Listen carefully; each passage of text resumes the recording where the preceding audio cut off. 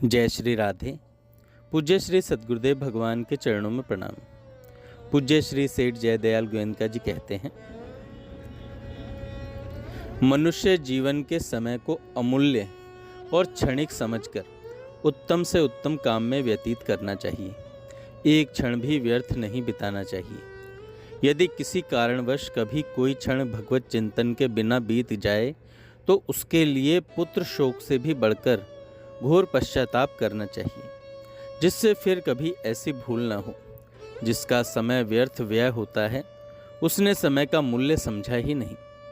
मनुष्य को कभी निकम्मा नहीं रहना चाहिए, अपितु सदा सर्वदा उत्तम से उत्तम कार्य करते रहना चाहिए। मन से भगवान का चिंतन, वाणी से भगवान के नाम का जप, सबको नारायण समझकर शरीर से जगत जनार्दन की निस्वार्थ सेवा, यही उत्तम कर्म है। बोलने के समय सत्य, प्रिय, मित और हित भरे शास्त्र अनुकूल वचन बोलने चाहिए। साधक को अपने दोषों को सुनकर चित्त में प्रसन्नता होनी चाहिए।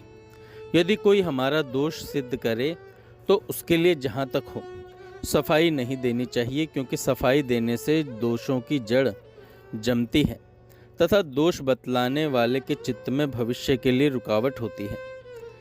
इससे हम निर्दोष नहीं हो पाते। यदि हम निर्दोष हैं तो दोष सुनकर हमें मौन हो जाना चाहिए, इससे हमारी कोई हानि नहीं है। और यदि सदोष हैं तो अपना सुधार करना चाहिए। दोष बतलाने वाले का गुरु तुल्य आदर करना चाहिए, जिससे भविष्य में उसे दोष बतलाने में उत्साह हो। अपने निकट संबंधी का दोष सहसा नहीं कहना चाहिए, कहने से उसको दुख हो सकता है, जिससे उसका सुधार संभव नहीं। यदि कहीं किन्हीं से काम लेना हो तो उनको अपने पास न बुलाकर उन्हीं के पास जाना चाहिए। सादगी से जीवन व्यतीत करना चाहिए। जीवन को अधिक खर्चीला नहीं बनाना चाहिए। ऋषि मुनियों का जीवन खर्चीला नहीं था।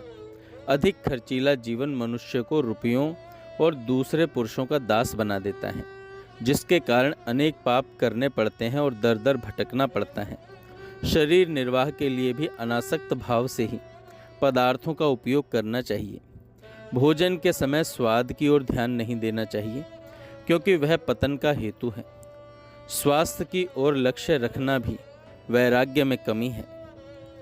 कल्याणकामी पुरुष तो वैराग्य युक्त चित्त से केवल शरीर निर्वाह के लिए ही भोजन करना चाहिए। व्यवहार के समय भजन ध्यान में मुख्य वृत्ति और संसारिक कामों में गौण वृत्ति रखनी चाहिए। सोते समय भी भगवान के नाम रूप का स्मरण विशेषता से साधक को करना चाहिए, जिससे शयन का समय व्यर्थ न जाए। शयन के समय को साधना बनाने के लिए सांसारिक संकल्पों के प्रवाह को भुलाकर भगवान के नाम रूप गुण प्रभाव और चरित्र का चिंतन करते हुए ही साधक को सोना चाहिए।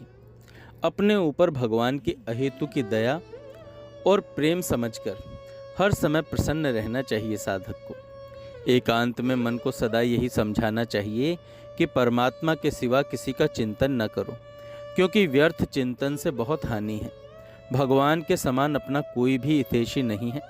अतः अपने अधीन सब पदार्थों को और अपने आप को राजा बलि की भांति भगवान के समर्पण कर देना चाहिए। भगवत प्राप्ति के लिए मनुष्य को पात्र बनना चाहिए। पात्र बनने पर भगवान स्वयं ही शीघ्र दर्शन दे सकते हैं। सुनने वालों की इच्छा के बिना वक्ता को सत्संग के रहस्य की बातें नहीं सुनानी चाहिए। जहाँ व्याख्यान दाता बहुत हों, वहाँ जहाँ तक हो व्याख्यान न दें। पूजा प्रतिष्ठा, ऊंचे आसन और ऊंचे पद से सदा ही दूर रहना चाहिए। जहाँ तक हो गुरु बनने की इच्छा कभी न करें। किसी संबंधी की मृत्यु सूचना मिलने पर जहाँ आवश्यकता हो वहाँ जाना चाहिए, किंतु अपने घर में किसी के मरने पर जहाँ तक हो दूरस्थ कुटुंबियों को आने के लिए सभ्यतापूर्वक निवारण कर देना चाहिए। आगे सेठ जी कहते हैं, एकांत के साधन को मूल्यवान बनाने के लिए संध्या, गायत्री जप, ध्यान, पूजा पाठ, स्तुति, प्रार्थना, नमस्कार आदि के अर्थ और भाव को समझते हुए ही निष्काम भाव से श्रद्धा भक्ति पूर्वक नित्य करना चाहिए। भगवत प्राप्ति में पवित्र और एकांत देश का सेवन, सत्संग और स्वाध्याय, परमात्मा का ध्यान और उसके नाम का जप, निष्काम भाव, ज्ञान, वैराग्य और उपरति, इनके समान कोई भी साधन नहीं है। भगवान के नाम रूप को याद रखते हुए ही सामाजिक, व्यवहारिक, आर्थिक आदि कार्य न्यायपूर्वक निस्वार्थ भाव से करें, क्योंकि अपनी सारी चेष्टा निस्वार्थ भाव से दूसरे के हित के लिए करने से ही कल्याण होता है। जय श्री राधे।